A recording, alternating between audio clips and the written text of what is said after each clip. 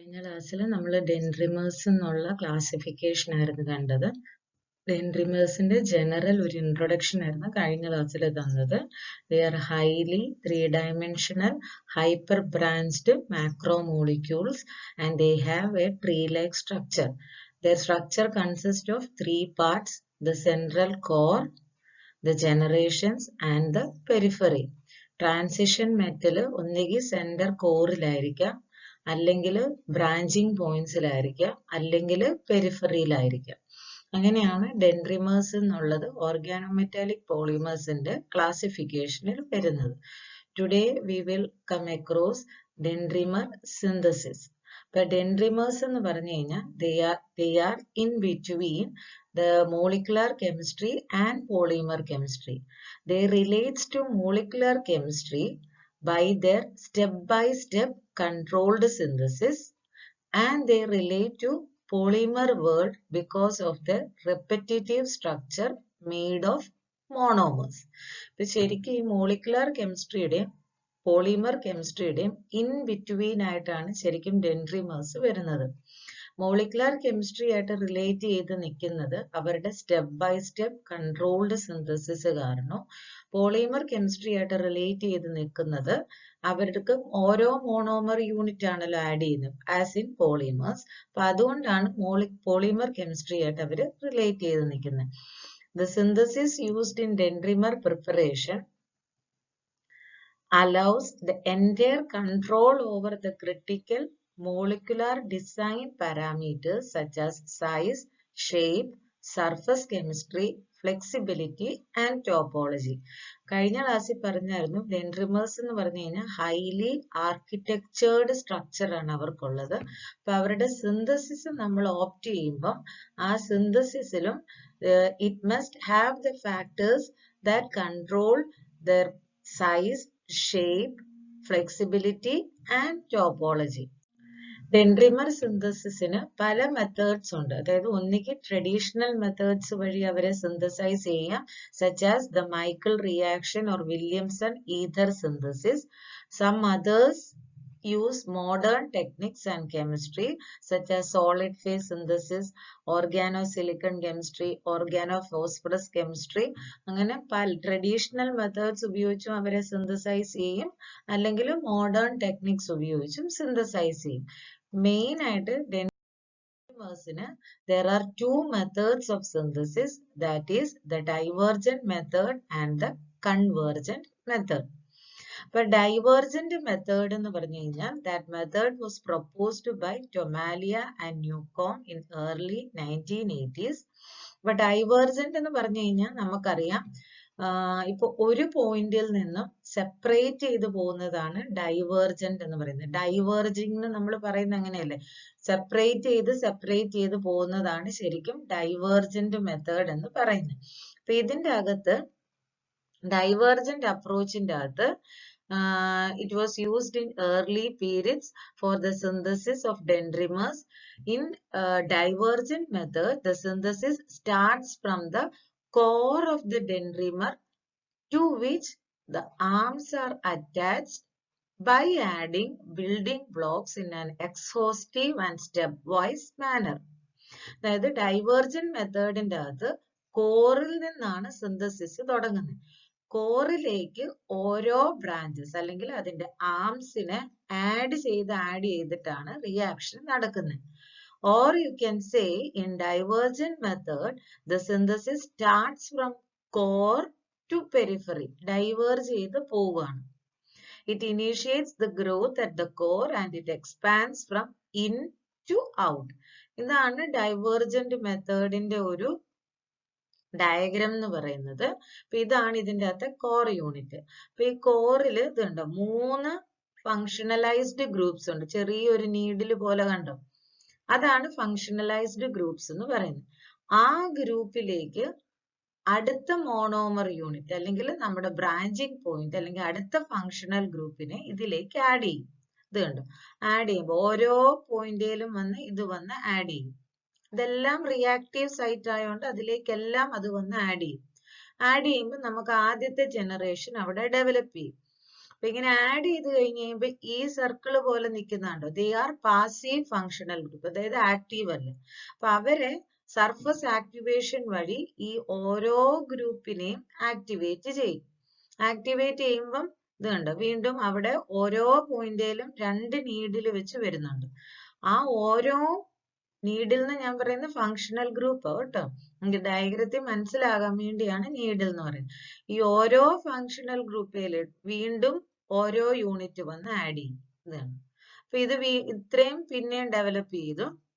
ഇതെല്ലാം പാസീവ് ആയിട്ടാണ് നിൽക്കുന്നത്. വീണ്ടും സർഫസ് ആക്ടിവേഷൻ വഴി ഇവരെ ആക്ടിവേറ്റ് ചെയ്തിട്ട് വീണ്ടും അടുത്ത ഗ്രൂപ്പ് വന്ന് ഇതിലേക്ക് ആഡ് ചെയ്യും. So here the reaction started from the core and the arms or branches are added. അതാണ് from the center to the, അല്ലെങ്കിൽ from the core to the periphery എന്ന് പറയുന്ന in the case of divergent synthesis. Convergent method എന്ന് പറഞ്ഞു കഴിഞ്ഞാൽ നേരെ opposite ആണ്. Converge ചെയ്യുക എന്ന് പറഞ്ഞു കഴിഞ്ഞാൽ ടുവേർഡ്സ് എ പോയിന്റ് ആണ് കൺവേർജ് എന്ന് പറയുന്നത്. അതായത് ഇവിടെ പെരിഫറിയിലാണ് ആദ്യമേ സ്റ്റാർട്ട് ചെയ്യുന്നത്, എന്നിട്ട് ആ പെരിഫറി എല്ലാം കൂടെ വന്ന് ഒരു കോർ പോയിന്റിലേക്ക് വന്ന് അറ്റാച്ച് ചെയ്യും. This method was proposed by Hawker and Frechet in 1989. Here the synthesis initiates the growth at the exterior, അല്ലെങ്കിൽ പെരിഫറിയിലാണ് സിന്തസിസ് സ്റ്റാർട്ട് ചെയ്യുന്നത്. And the progress inward with coupling reaction. After enough coupling, the dendron can be attached to a polyfunctional core. ആവശ്യത്തിന് coupling reaction നടന്ന ആവശ്യത്തിന് generations develop ചെയ്ത് കഴിയുമ്പോൾ അവരെല്ലാവരും കൂടി ഒരു കോർ യൂണിറ്റിലേക്ക് വന്ന് അറ്റാച്ച് ചെയ്യും. Here the synthesis is starting from the N group and progresses inward. അതാണ് convergent synthesis എന്ന് പറയുന്നത്. So this is an alternative approach to the dendrimer synthesis. കാരണം ഡൈവേർജന്റ് മെത്തേഡിന്റെ അകത്ത് കോർ യൂണിറ്റിലേക്ക് വന്ന് ബ്രാഞ്ചിങ് യൂണിറ്റ്സ് ആഡ് ചെയ്യുക. അപ്പൊ നമ്മൾ കണ്ടായിരുന്നു ആദ്യത്തെ കോറയില് 3 ആക്റ്റീവ് ഗ്രൂപ്പ് ഉണ്ട്, അതിലേക്ക് വന്ന് അടുത്ത ബ്രാഞ്ചിങ് യൂണിറ്റ് ആഡ് ചെയ്യും. പക്ഷെ അങ്ങനെ ആഡ് ചെയ്യുമ്പം ജനറേഷൻസ് ഡെവലപ്പ് ചെയ്യുന്നതിനനുസരിച്ച് എല്ലാ യൂണിറ്റിലേക്കും വന്ന് ആഡ് ചെയ്യണമെന്നില്ല. അപ്പൊ ആ സ്ട്രക്ചറിന്റെ ഒരു യൂണിഫോമിറ്റി, അല്ലെങ്കിൽ ടിപ്പിക്കൽ ആയിട്ട് ഒരു സ്പെറിക്കൽ സ്ട്രക്ചർ നമുക്ക് അവിടെ വരാനുള്ള പോസിബിലിറ്റി കുറവാണ്. യൂണിഫോമിറ്റി അറ്റൈൻ ചെയ്യാനുള്ള പോസിബിലിറ്റി കുറവാണ് ഡൈവേർജന്റ് സിന്തസിസിന്റെ അത്. അപ്പൊ അതിനെ ഓവർകം ചെയ്യാനാണ് ശരിക്കും കൺവേർജന്റ് മെത്തേഡ് പ്രൊപ്പോസ് ചെയ്യുന്നത്, which is an alternative approach for the dendrimer synthesis. The difficulty of many reactions that have to be performed on one molecule is overcome by starting at the periphery and ending at the core. അതായത് ഒരു മോളിക്യൂളിലാണല്ലോ അവിടെ എല്ലാവരും കൂടെ വന്ന് add ചെയ്യുന്നത്. അപ്പൊ എല്ലാവരും കൂടെ വന്ന് ഒരു മോളിക്യൂളിലോട്ട് ആഡ് ചെയ്യുമ്പം അതിൻ്റെതായ ഡിഫിക്കൽറ്റി ഉണ്ട് സിന്തസിസിന്റെ അകത്ത്. So to overcome that the synthesis started from the periphery and ended at the core. In convergent approach the synthesis starts from the exterior, that is from the periphery, beginning with the molecular structure that ultimately becomes the outer portion of the final dendrimer. അതായത് എക്സ്റ്റീരിയറിൽ നിന്നാണ് തുടങ്ങുന്നത്, എന്നിട്ട് അതാണ് ഡെൻഡ്രിമറിന്റെ periphery ആയിട്ട് final സ്ട്രക്ചറിൽ വരുന്നത്. അപ്പൊ ഇതാണ് അതിന്റെ ഡയഗ്രാം എന്ന് പറയുന്നത്. ഇതുണ്ട്, ഇതാണ് ആദ്യത്തെ ബ്രാഞ്ചിങ് പോയിന്റ് ആണ്. അപ്പൊ ഇത് വീണ്ടും ഇതിലേക്ക് അടുത്ത ഫങ്ഷണൽ ഗ്രൂപ്പ് വന്ന് ആഡ് ചെയ്യും ഓരോ പോയിന്റിലും. വീണ്ടും ഓരോ പോയിന്റിലോട്ട് അടുത്ത ഫങ്ഷണൽ ഗ്രൂപ്പ് ആഡ് ചെയ്ത് ഇങ്ങനെ അതിന്റെ പെരിഫറി ആദ്യമേ ഡെവലപ്പ് ചെയ്യും, ഇതുപോലെ ഔട്ടർ എക്സ്റ്റീരിയർ. എന്നിട്ട് ഇതെല്ലാം കൂടെ വന്ന് ഒരു കോർ ഫങ്ഷണൽ ഗ്രൂപ്പിലോട്ട് വന്ന് ആഡ് ചെയ്യും. അപ്പൊ അതിന് മറ്റേതിന്റെ അത്രയും ബുദ്ധിമുട്ടില്ല. മറ്റേന്ന് പറഞ്ഞു കഴിഞ്ഞാൽ ആ ഒരു ചെറിയ കോറിലോട്ട് വന്ന് ഓരോരുത്തരും വന്ന് ആഡ് ചെയ്യുക. അപ്പൊ ആഡ് ചെയ്യുന്ന സമയത്ത് ചിലപ്പം എല്ലാവരും കൂടെ ആ എല്ലാ ഫങ്ഷണൽ ഗ്രൂപ്പിലും വന്ന് ആഡ് ചെയ്യണമെന്നില്ല, ചിലയിടത്ത് ആഡ് ചെയ്യാതെ നിൽക്കാം. അപ്പൊ ആ ഭാഗത്തെ റിയാക്ഷൻ നിന്നു പോകും, കുറെ ഭാഗം മാത്രം ഡെവലപ്പ് ചെയ്ത് പോകും. അപ്പൊ ആ ഒരു ബുദ്ധിമുട്ട് ഒഴിവാക്കാൻ വേണ്ടിയാണ് ശരിക്കും കൺവേർജന്റ് മെത്തേഡിനെ പ്രപ്പോസ് ചെയ്യുന്നത്. സോ ദിസ് ഈസ് അതൊരു കുറച്ചും കൂടെ കളർഫുൾ ആക്കി കൺവേർജന്റ് ആൻഡ് ഡൈവേർജന്റ് മെത്തേഡ് കാണിച്ചിരിക്കുന്നതേ ഉള്ളൂ. അപ്പൊ ഇവിടെ നോക്കിക്കേ, ഡൈവേർജന്റ് മെത്തേഡിന്റെ അകത്ത് കോർ യൂണിറ്റ് ഉണ്ട്, പോളിഫങ്ഷണൽ കോർ ഗ്രൂപ്പ്, അതിലേക്ക് നമ്മുടെ മോണോമർ യൂണിറ്റ് അല്ലെങ്കിൽ നമ്മുടെ ബ്രാഞ്ചസ്, ആംസ് വന്ന് ആഡ് ചെയ്യും. ഇതെല്ലാം ഫങ്ഷണൽ ഗ്രൂപ്പ് കേട്ടോ, വന്ന് ആഡ് ചെയ്യും. അപ്പൊ ഇത് ഇനാക്റ്റീവ് ആയിട്ടാണ് അല്ലെങ്കിൽ പാസീവ് ആയിട്ടാണ് നിൽക്കുന്നത്. അപ്പൊ സർഫസ് ആക്ടിവേഷൻ വഴി അവരെ ആക്റ്റീവ് ആക്കുമ്പം അടുത്ത യൂണിറ്റ് വന്ന് ആഡ് ചെയ്യും. ഇത് കണ്ടോ, ഓരോ റെഡിലും വന്ന് ഈ യെല്ലോ വന്ന് ആഡ് ചെയ്യും, ഓരോ റെഡിലും വന്ന് യെല്ലോ വന്ന് ആഡ് ചെയ്യും. അപ്പൊ യെല്ലോ ആഡ് ചെയ്ത് കഴിയുമ്പോഴത്തേക്കിനും അത് ആക്റ്റീവ് ആവും കേട്ടോ. അപ്പൊ അത് വേറെ ഫങ്ഷണൽ ഗ്രൂപ്പ് ആവുന്നതുകൊണ്ടാണ് ഇവിടെ പിന്നെ റെഡിനെ കാണിക്കാത്തത്. അങ്ങനെ വീണ്ടും ഇതിനെ പാസീവ് ആയിട്ടിരിക്കുന്ന പോർഷനെ ആക്റ്റീവ് ആക്കി വീണ്ടും ഓരോരുത്തരത്തിലേക്ക് വന്ന് ആഡ് ചെയ്യും. അപ്പൊ ഇത് ഇങ്ങനെ ഒരു കോറിലേക്ക് വന്ന് എല്ലാവരും കൂടെ വന്ന് കുമിഞ്ഞു കൂടുന്നതെന്ന് പറഞ്ഞു കഴിഞ്ഞാൽ ഭയങ്കര ബുദ്ധിമുട്ടാണ്. ചിലപ്പം യൂണിഫോമിറ്റി അറ്റൈൻ ചെയ്യാൻ പറ്റത്തില്ലാതെ വരുന്നതുകൊണ്ടാണ് കൺവേർജന്റ് മെത്തേഡിനെ അവിടെ പ്രപ്പോസ് ചെയ്തത്. അപ്പൊ അവിടെ നോക്കിക്കേ, ആദ്യമേ പെരിഫറിയാ ജനറേറ്റ് ചെയ്യുന്നത്. ഇതാണ് നമ്മുടെ ആദ്യത്തെ യൂണിറ്റ്. അതിന്റെ ഈ ഓരോ മഞ്ഞ ബോളയിലോട്ടും വന്ന് ഈ ഫങ്ഷണൽ ഗ്രൂപ്പ് വന്ന് ആഡ് ചെയ്യും. കണ്ടോ, ആഡ് ചെയ്യും. ഈ പച്ചേനെ ഇനാക്റ്റീവ് ആണ്, അതിനെ ആക്റ്റീവ് ആക്കും. ആക്റ്റീവ് ആക്കി കഴിഞ്ഞ് കഴിഞ്ഞിട്ട് ഈ ഓരോ മഞ്ഞ ബോളയിലോട്ടും വന്ന് ഈ ചുമപ്പ് വന്ന് ആഡ് ചെയ്യും, ഓരോ മഞ്ഞ ബോളയിലോട്ടും. എന്നിട്ട് പെരിഫറി ഡെവലപ്പ് ചെയ്ത് കഴിഞ്ഞ് കഴിയുമ്പോൾ, ഇനഫ് ആയി കഴിഞ്ഞ് കഴിയുമ്പോൾ ഒരു കോർ ഫങ്ഷണൽ ഗ്രൂപ്പിലോട്ട് ഇതിനെ എല്ലാം കൂടെ കൊണ്ടുവന്ന് ആഡ് ചെയ്യും. So this is convergent method. Difference മനസ്സിലായോ ഡൈവേർജന്റും കൺവേർജന്റും തമ്മിൽ? Coming to the advantage and disadvantage of convergent and divergent method. Advantages എന്ന് പറഞ്ഞു കഴിഞ്ഞാൽ, in divergent method it allows the production of large quantities of dendrimer. It can achieve a large molecular dendrimer. അതായത് high molecular weight ഡെൻഡ്രിമേഴ്സിനെ നമുക്ക് divergent method വഴി synthesise ചെയ്യാം. Coming to convergent method, it allows easy purification of the desired product. Occurrence of the defect is minimized. Defect കുറവായിരിക്കും. Possible to introduce subtle engineering. നമ്മുടേതായ രീതിയിൽ അവരെ develop ചെയ്തെടുക്കുക.